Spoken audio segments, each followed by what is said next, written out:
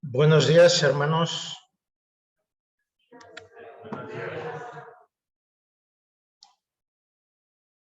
¿Se me oye bien? Sí, vale. Antes de empezar el tema de hoy, quisiera pues que pudiésemos recordar que estamos en tiempos complicados y difíciles. Aquí en la Iglesia del Guinardó estamos teniendo mucho cuidado los medios que utilizamos, el tacto con lo que colocamos a las personas, el orden que realizamos, yo creo que se están manteniendo y es bueno que sea así. Pero a partir de ahí depende de nosotros lo que pueda suceder. Es verdad que hay muchos que ya estamos vacunados. Lo que sí que es importante que tengamos cuidado a la hora de salir, entrar, no saludar dando la mano, no dar abrazos. Hermanos, hay iglesias que están siendo cerradas en estos momentos. La del Clot este sábado está cerrada por un caso de COVID. La iglesia de habla portuguesa ha tenido 5 casos y hoy es el segundo sábado que ha cerrado. Entonces, tengamos cuidado, sigamos manteniendo toda la prevención posible en nuestra forma de relacionarnos con los hermanos que nos encontramos en el templo.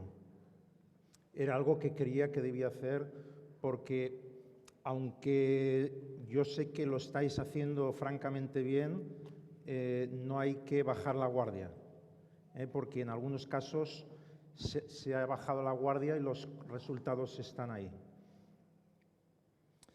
Bien, siguiendo con mensajes de hermanos que están detrás de la escena, como vimos la semana pasada, hoy quiero hablaros de un discípulo que también es de importancia, es de valor, pero que están dentro de los discípulos que no son los más renombrados en las Escrituras.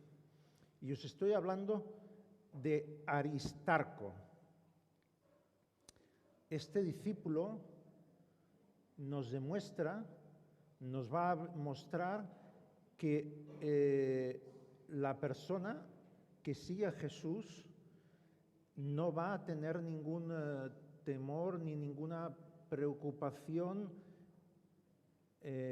fuera del lugar de lo habitual por las adversidades.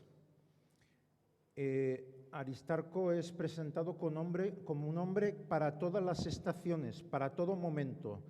El amigo más adecuado cuando hay mal tiempo, cuando las cosas se vuelven peores, cuando las circunstancias se vuelven más difíciles.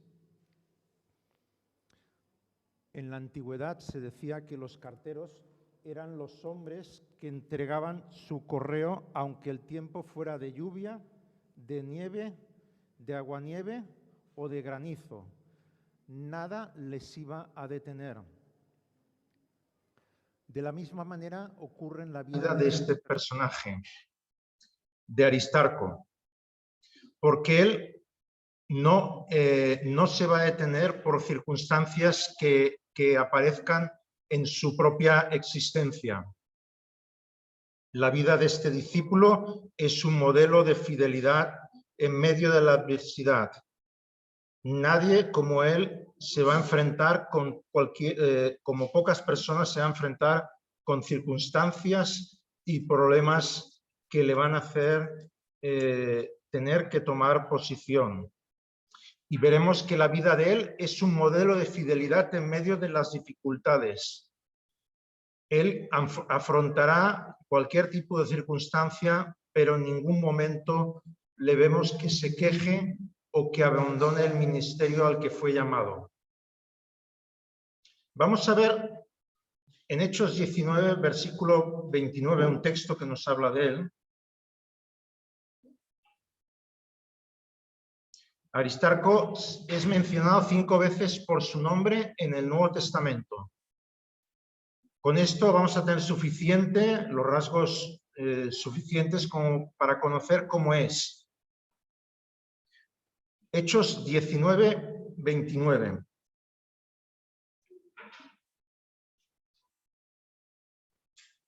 Y la ciudad se llenó de confusión y a una se lanzaron al teatro, arrebatando a Gayo y Aristarco, macedonio, compañeros de Pablo. Luego el texto nos dice que quería salir Pablo al pueblo, pero los discípulos no le dejaron. Este es el conocido, famoso alboroto que ocurre en Éfeso. Son varios los escenarios en su vida donde él está en peligro. En no pocos casos hasta peligro de la muerte. Pero esto no le iba a importar, porque vamos a verlo al final de su tiempo en la cárcel como compañero de prisión de Pablo.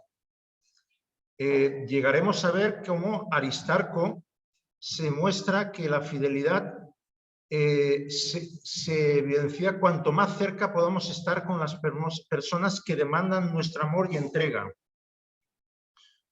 especialmente aquellos que fueron indispensables para la causa del Evangelio, como lo fue Pablo.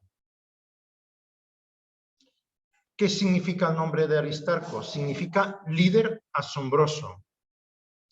Y veremos que es asombroso realmente cómo un líder al servicio de la obra del Señor se puede entregar de una manera absoluta al Evangelio, se puede entregar de una manera absoluta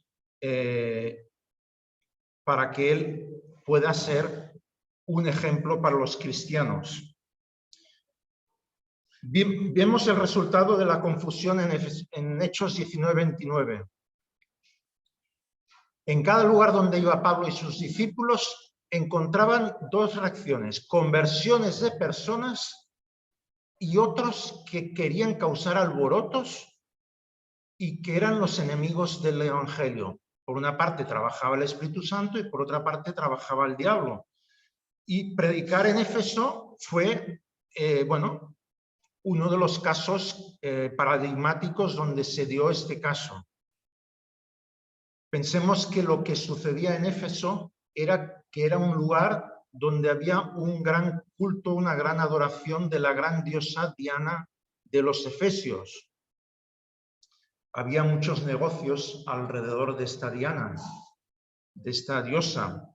Y claro, la predicación de Pablo le hizo pensar a Demetrio que los templecillos que vendían de la diosa iban a perder su auge y su poder y, bueno, una cuestión económica, iba a perder su negocio. Y porque vio que muchos de los devotos de sus templecillos de la diosa Diana fueron alcanzados por el Evangelio, y por eso este Demetrio causa un tumulto para intentar linchar a los hombres que habían clamado, durante 2 horas habían estado clamando grande es Diana de los Efesios. Pensemos la circunstancia: hay una multitud de personas que se echan sobre algunos discípulos.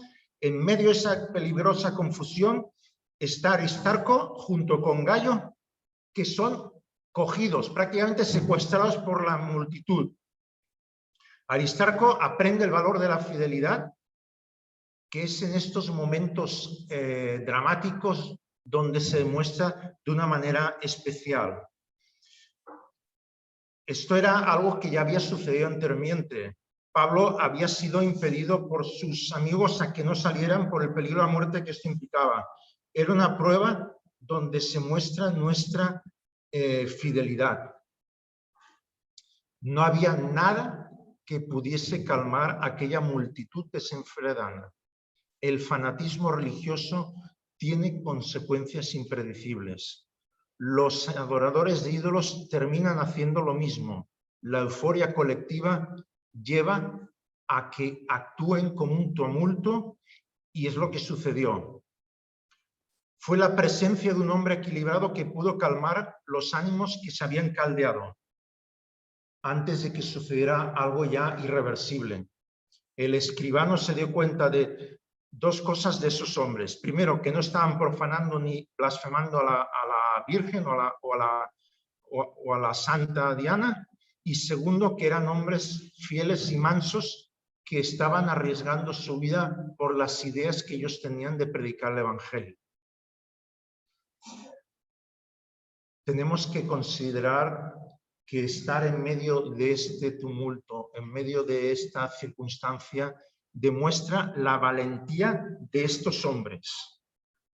Aunque ellos no eran una amenaza, son tomados como si lo fueran. Y lo que realmente eran hombres fieles y leales a Dios. Estaban frente a una confrontación de quién era Dios, su mayor pasión, y hizo que esto los efesios conocieran que no era un ídolo hecho por los hombres el que habían de adorar, sino al Dios que hizo los cielos y la tierra. Y es allí, en medio de estas pruebas, donde la fidelidad se impone a lo que es contrario a la fe.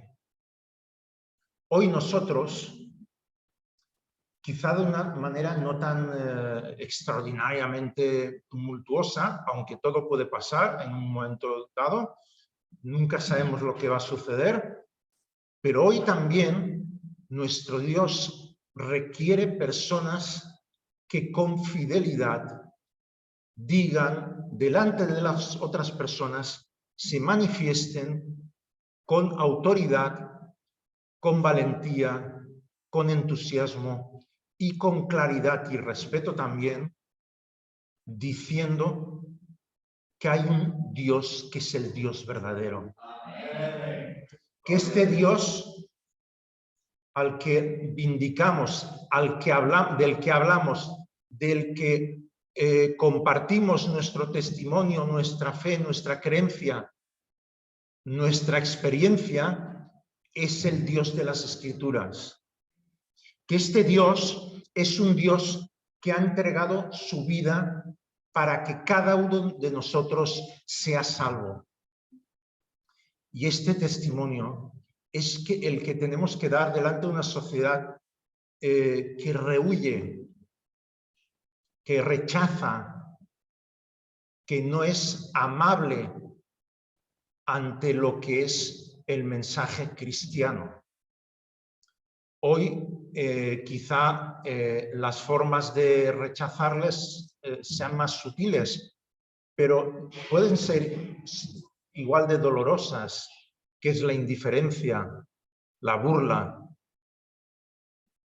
el ser rechazado por los compañeros, por los amigos, por ejemplo, en adolescentes, el decir, pero tú cómo crees en la creación, pero si eso es un cuento explicado para niños, es una historia, es un mito, es una historia inventada. Eso es lo que las personas hoy día creen. Y nosotros somos llamados a dar nuestro testimonio, a mostrar nuestras creencias en medio de estas circunstancias y de esta sociedad. Nuestra sociedad no es una sociedad fácil, como no lo fue tampoco ir a predicar a los territorios de origen pagano para Pablo y los suyos. Por eso que Dios nos llama a tener una fidelidad, porque tenemos una responsabilidad delante delante de nuestro Dios. Aristarco también va a tener que realizar una labor importante. Va a ser uno de los que llegan a saber que va a llegar una gran hambre que va a azotar la región de Judea durante el tiempo del emperador Claudio. porque esto estaba profetizado, fue profetizado por un profeta llamado Agabo, lo que hizo que Pablo se activara en una recolección de una gran ofrenda para ayudar en una crisis como no se había dado en mucho tiempo. La suma fue de tal valor que Pablo requirió de un grupo particular de hombres de distintos trasfondos culturales debidamente representados para llevar este encargo. Y entre los hombres que forman aquel primer llamado, por así decirlo, comité de finanzas, está nuestro estimado y personaje del que hoy hablamos, Aristarco. ¿Por qué Pablo lo escoge? Porque él confiaba en él, porque le inspiraba para ser parte de un equipo tan exigente y hacia el cual debía tener una gran responsabilidad de llevar tanto dinero para que llegase a una causa tan noble como la que Pablo había emprendido. Lo que le pasó en Éfeso pudo hacer pensar a Aristarco del grave peligro que significaba de ser parte de un equipo como el de Pablo. Sin embargo, el mismo Espíritu Santo le había advertido que el viaje estaba rodeado de un peligro, pero para este espíritu, para este discípulo, el deber estaba por encima de los riesgos y de lo que pasara si acompañaba a Pablo con la ofrenda de los pobres de Jerusalén. La fidelidad, su fidelidad, no estaría condicionada. La fidelidad se muestra en momentos como en la adversidad. La mayoría de los comentaristas coinciden en señalar que Aristarco formaba parte de una familia pudiente. Lo que se cree es que Aristarco de Tesalónica era la misma persona que aparece en una lista de aristócratas de la ciudad.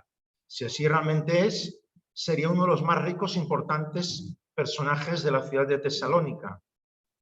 Este detalle hace incluso más interesante la vida de este personaje, porque vemos que es alguien que se desprende de su situación económica o social o cultural de privilegio para acercarse dentro de lo que es el servicio a los hermanos, a la comunidad y el testimonio hacia los demás, olvidando que él era de una clase aristocrática, con lo que eso suponía en aquel momento, hermanos. Suponía una diferencia social enorme, mucho más que ahora. Este detalle nos muestra cómo él renuncia a su comodidad para entregarse con toda su vigor, toda su fortaleza, con austeridad, dando y sabiendo el precio que tenía que dar por ser el discípulo que iba en pos de Jesús. Hay un texto que conocemos que dice: si alguno viene a mí y no aborrece a su padre, su madre, mujer, hijos, hermanos y hermanas, y aún también su propia vida, no puede ser mi discípulo. Y Aristarco siguió fielmente la demanda de un verdadero discípulo. La fidelidad es la virtud más grande que podamos encontrar en un verdadero discípulo, y Aristarco la tendrá. La encarnará como pocos de ellos. Hace lo contrario del joven rico que vino a Cristo, que calculó el costo de su fidelidad y ante la demanda por sus riquezas se fue y se perdió para siempre. ¿Sabemos cómo se llamaba el joven rico? No lo sabemos. Y no es casualidad.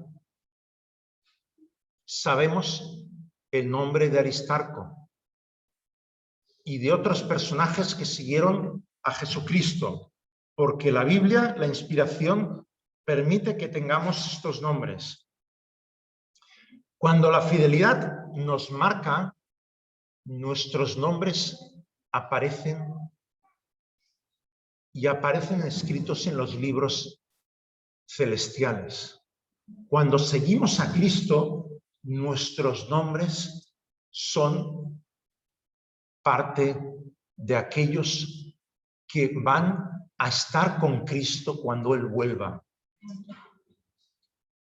Cuando nosotros seguimos al Señor, cuando nosotros nos ponemos en sus manos, cuando nos entregamos a Él y cuando hacemos plenamente su deseo y voluntad, seguimos los caminos que Él quiere que hagamos y ponemos nuestra fe y nuestra confianza en sus manos, entonces nuestro nombre está entre los nombres de Dios. Y es por eso que nosotros tenemos que tener esta fidelidad. Tenemos que aprender de Aristarco. Tenemos que vivir como él vivió. Tenemos que aprender de los hechos que él tuvo. Porque él siguió los caminos del Señor y nosotros debemos de seguirlos. Luego aparece en un hecho también extraordinario. Porque en Hechos 27 aparece el momento en el cual se embarcan en una nave, zarpan y salen de ahí con destino a Roma. Y esa nave tiene una tormenta que hace que la nave se zozobre, las personas piensen que van a perder su vida y sabemos lo que sucede, que bueno, que a duras penas lo que le va a suceder es que van a llegar salvos, pero de una manera milagrosa salvarán la vida. Podríamos llamar la atención en que Aristarco ya había cumplido con la misión de llevar la ofrenda a Jerusalén. ¿Por qué se complicó la vida? ¿Por qué siguió con Pablo en medio del peligro, con una sentencia de muerte que sabían que había sobre Pablo? Y aquí vemos que es la fidelidad de estos discípulos que está detrás de la escena. Es lo que sucede con Ruth y Noemí. No se separan.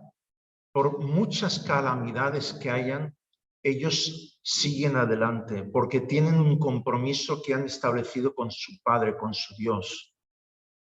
Hermanos, un día, la gran mayoría de los que estamos aquí hicimos un compromiso con nuestro Dios. Otros lo haréis de una manera evidente dentro de poco, el día que paséis por las aguas del bautismo, pero ya lo tenéis hecho probablemente en vuestro corazón. Hermanos, vamos a pasar por tormentas, por tempestades, por momentos de zozobra, por dificultades enormes, por momentos de desánimo, de pruebas. ¿Cuál va a ser el camino que vamos a tomar? Vamos a seguir enfrente con el propósito claro hacia el cual sabemos que tenemos que seguir a Dios pese a todo lo que suceda. Ojalá que el ejemplo de Aristarco os venga a la mente, nos venga a la mente cuando sucedan estas problemáticas. Porque él será fiel. El viento golpeó la embarcación. Habían 266 personas, entre ellos estaba Pablo, Aristarco, y sabían que ellos iban a salvarse y que Dios los iba a librar. Los presos que estaban en manos del centurión, pero la autoridad de Pablo y la seguridad que Dios le había dado, hizo que todos se salvaran. Aunque la tormenta arreciaba, Dios les hizo ver que se iban a salvar y finalmente el barco llega a anclar. El mar lo abrió, la orden era que todos tomaran partes del mismo barco para llegar hasta la orilla. Y en una de esas tablas iba Aristarco, salvándose también y con ello salvando la fidelidad al lado de su maestro Pablo. Aristarco encarna la fidelidad por encima de todo, por encima de cualquier tormenta, cualquier tempestad. Y después de esta travesía llegan a Roma, todos se salvan, de acuerdo a lo que Pablo dice, y bueno, llegan a Roma y Pablo está allí como un ciudadano preso. Tiene una iglesia compuesta por presos convertidos, por personas que han aceptado al Señor y necesita ayuda para también hacer su labor desde allí.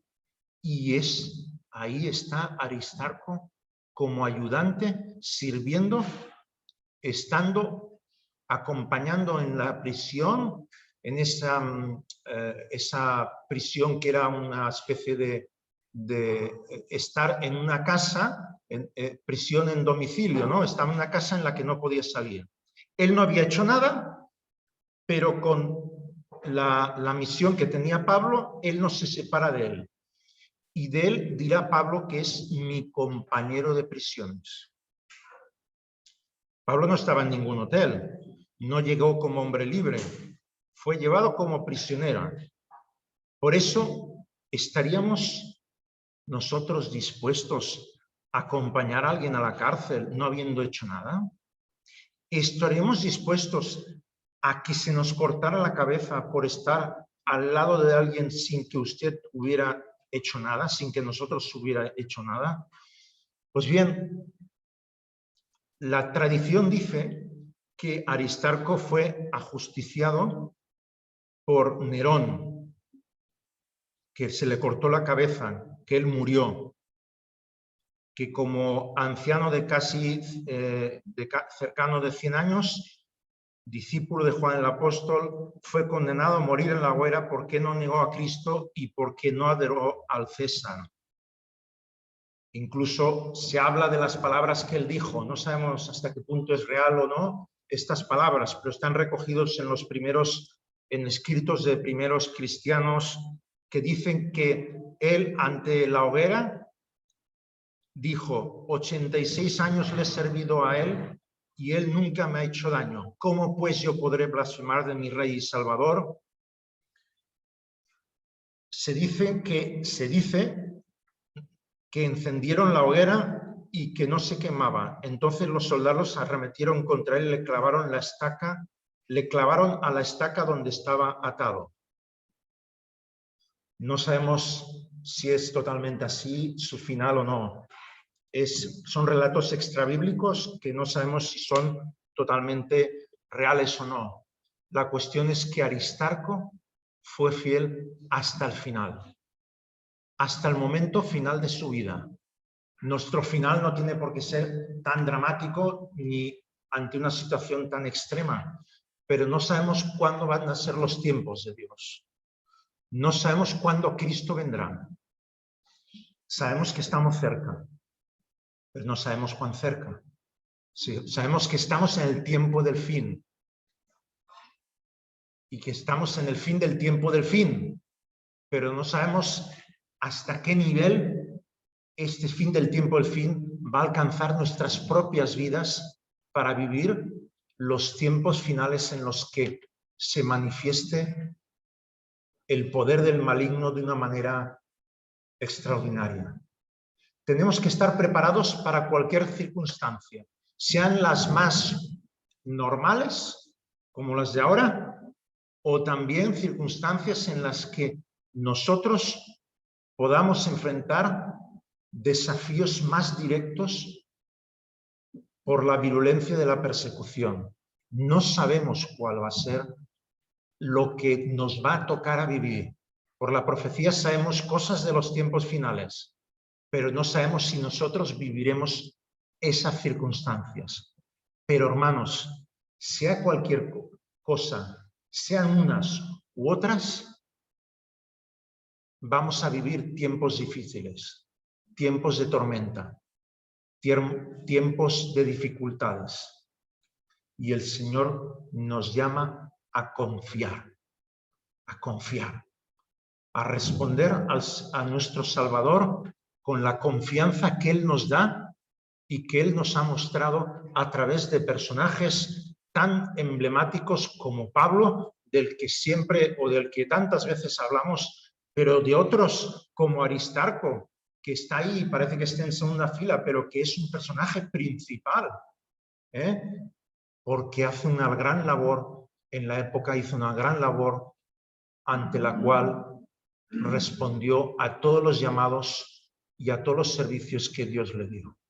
Que el Señor nos ayude a todos, nos ayude a serle siervos, a ser responsables con nuestras decisiones, con nuestras entregas y con todo lo que hacemos, para que a través de su poder y su gloria podamos hacer de nuestra vida una vida de fidelidad y de responsabilidad delante del Señor.